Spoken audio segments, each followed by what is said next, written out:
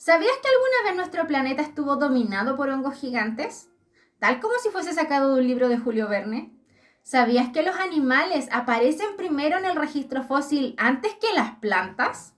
Esta y muchas más curiosidades vamos a ir abarcando en esta nueva serie de videos sobre la evolución de la vida en la Tierra. Así que quédate porque vamos a trasladarnos hace 541 millones de años, con el inicio de la era paleozoica, y nos vamos hacia el periodo cámbrico.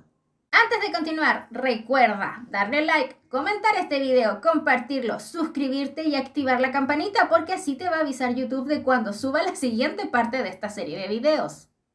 El periodo cámbrico comienza con la llamada explosión cámbrica. ¿Pero a qué se debe esto? Porque ya tenemos registro de que había vida previamente a esto, la fauna del Ediacara. Eran formas de vida animales macroscópicas, pero no se preservan muy bien en el registro fósil y por eso vamos a comenzar con la explosión cámbrica, un evento bastante conocido.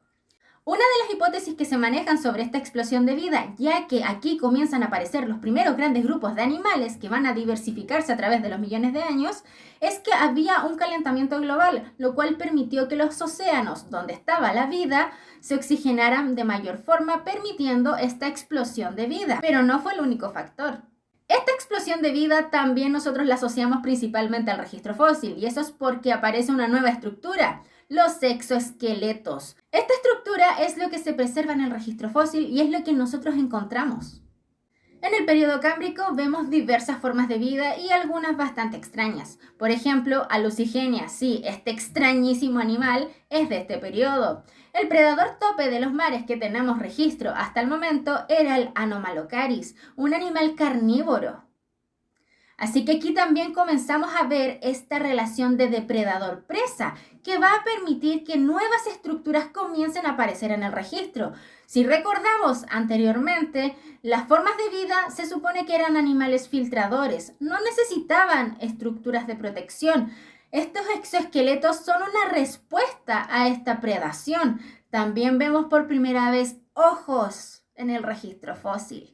¿Y qué otros animales característicos del Cámbrico tenemos? A los trilobites, por supuesto, son fósiles sumamente abundantes en el planeta.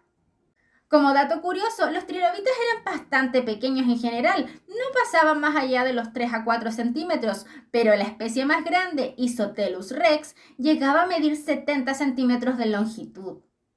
¿Qué otros animales existieron en este periodo? El extrañísimo Opavinia es de este periodo y comenzamos a ver animales de verdad demasiado extraños. Pero ojo, estos animales que te he mencionado son invertebrados. ¿Qué pasa con los vertebrados? Nosotros somos animales vertebrados. ¿Cuándo se originan los vertebrados? Y toda la evidencia nos apunta que los primeros vertebrados son del Cámbrico. Aparecen en esta misma explosión de vida con peces sin mandíbula, como el amiguito que te muestro acá. Nos trasladamos hace 485 millones de años con el inicio del periodo ordovícico. ¿Qué comenzamos a ver? Distintos grupos que se comienzan a diversificar, como por ejemplo los peces. Ahora son muchísimo más abundantes. Y tenemos ya registro de los primeros conodontos, que son realmente muy importantes en el registro fósil. Los invertebrados siguen en el panorama. Por ejemplo, los trilobites siguen por allí. Comenzamos a ver ahora también distintas asociaciones a niveles de arrecifes. Comenzamos a ver interacciones de invertebrados marinos que podemos relacionar a animales modernos, como por ejemplo gastrópodos, bivalvos y ese tipo de animales, pero también aparecen algunos cefalópodos muy curiosos, como por ejemplo el famoso Ortoceras. ¿Pero quiénes eran los predadores tope en estos ecosistemas? Bueno, ellos, los escorpiones marinos. Aquí comenzamos a tener registro de este tipo de animales. Durante el periodo cámbrico, la Tierra estaba vacía. Quizás habían algunos organismos similares a hongos, pero no habían plantas. Entonces, ¿cuándo las plantas comienzan a dominar el planeta? Las plantas comienzan a aparecer en el registro hacia finales del periodo ordovícico. Pero estas plantas no son plantas grandes. De hecho, los primeros grupos que llegan son briófitas, plantas sin sistema vascular muy pequeñas. De hecho, son las hepáticas las primeras que comienzan a aparecer en el registro.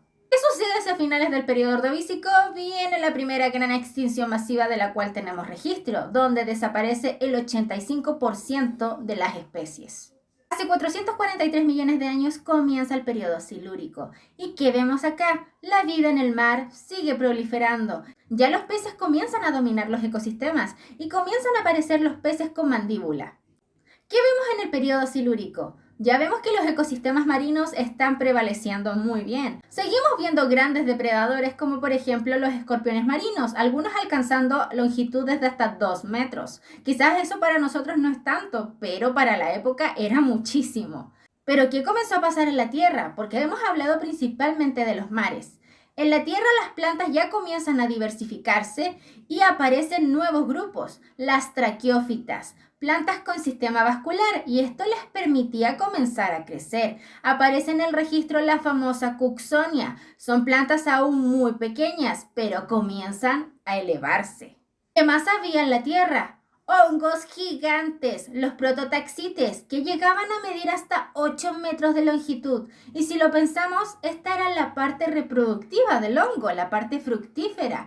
Nosotros sabemos que los hongos son mucho más grandes bajo tierra, así que estos organismos deben haber sido simplemente gigantes. Y este paisaje, aunque nos parezca extraño, dará las bases para lo que viene después, ya la diversificación enorme de la vida.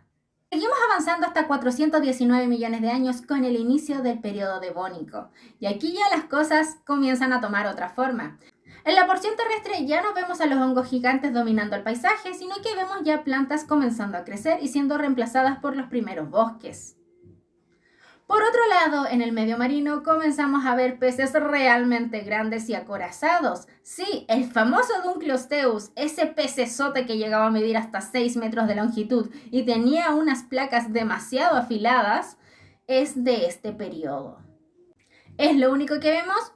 No. ¿Saben que los trilobites seguían existiendo aún? A pesar de que nosotros siempre los asociamos casi exclusivamente al Cámbrico, en el Devónico seguían por allí.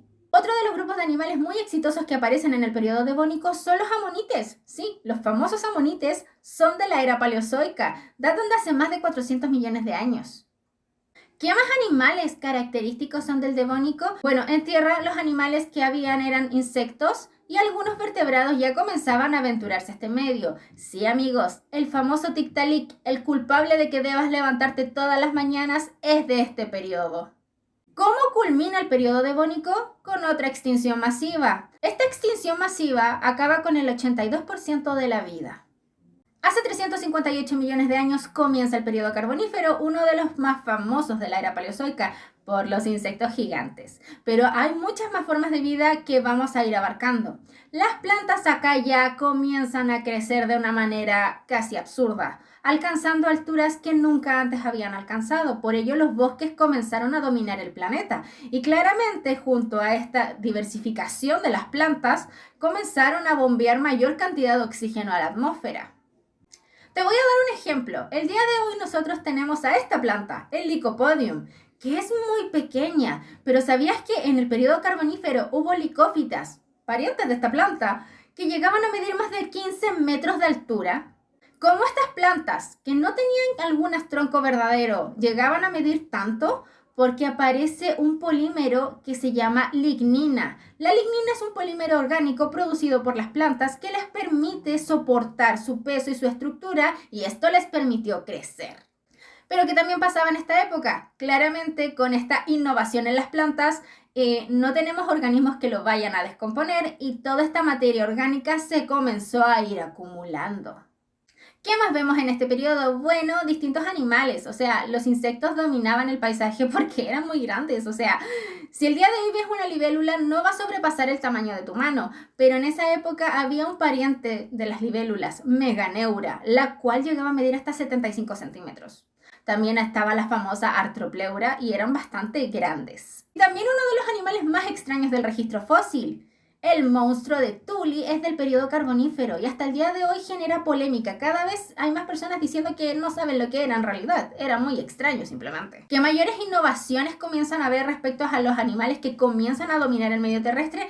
Bueno, esto es muy interesante. Durante este periodo vemos que los anfibios comienzan a diversificarse y muchos otros animales, pero ¿qué estructuras les comienzan a permitir alejarse ya del agua? Una de las estructuras que les permite comenzar a dejar el medio acuático para comenzar a dominar la tierra a estos animales vertebrados es la generación del huevo amniótico. Este huevo permitía mantener al embrión aislado del medio con todos los nutrientes necesarios para su desarrollo y posterior nacimiento. Esta innovación evolutiva permitió de que los animales comenzaran a dominar el planeta sin tener la necesidad estricta del agua. Comenzaron a dominar los paisajes y ahora vamos a entrar a uno de los periodos más famosos. Si has llegado hasta acá en este video, recuerda decirme en los comentarios cuál es tu animal favorito del Paleozoico.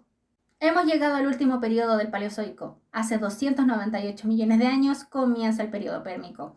Es muy famoso por ser el periodo de la extinción masiva más grande que tenemos registro. En este periodo, la porción terrestre estaba cubierta por el supercontinente Pangea, bastante conocido. Debido a la presencia de este supercontinente en el planeta, había porciones terrestres que estaban completamente desertificadas. La vida ya no era tan abundante vegetalmente como lo que vimos en el periodo carbonífero. Vemos animales que tienen que acostumbrarse a nuevos ambientes y nuevos climas. ¿Qué animales vemos en este periodo? ¿Sabían que los trilobites aún existían en el periodo Pérmico? Por otro lado, el famoso helicoprión, este extrañísimo animal, aún existía. Pero en la porción terrestre que había, bueno, habían animales muy famosos. ¿Conoces a los dimetrodones? Eran de los predadores tope del Pérmico. También los gorgonópsidos. Estos animales no son dinosaurios, aunque muchos los tienden a confundir. De hecho, son sinápsidos y por eso están más emparentados a ti y a mí que a los dinosaurios. Comenzamos a ver animales que estaban en el medio terrestre, pero que comienzan a volver al medio acuático. ¿Qué sucede hacia fines de este periodo? Bueno, la extinción masiva más grande de la cual tenemos registro. El 96% de las formas de vida desaparecieron. ¿Qué vamos a ver en el próximo episodio de esta nueva serie? ¿Qué sucede con el Mesozoico? Vamos a hablar de los animales más famosos del registro fósil. Si llegaste hasta acá en el video, déjame en los comentarios qué animal de la era paleozoica te hubiese gustado que sobreviviera y por acá te dejo algunas recomendaciones de videos para que sigas viendo contenido de paleontología en la página de Paleo Andrea.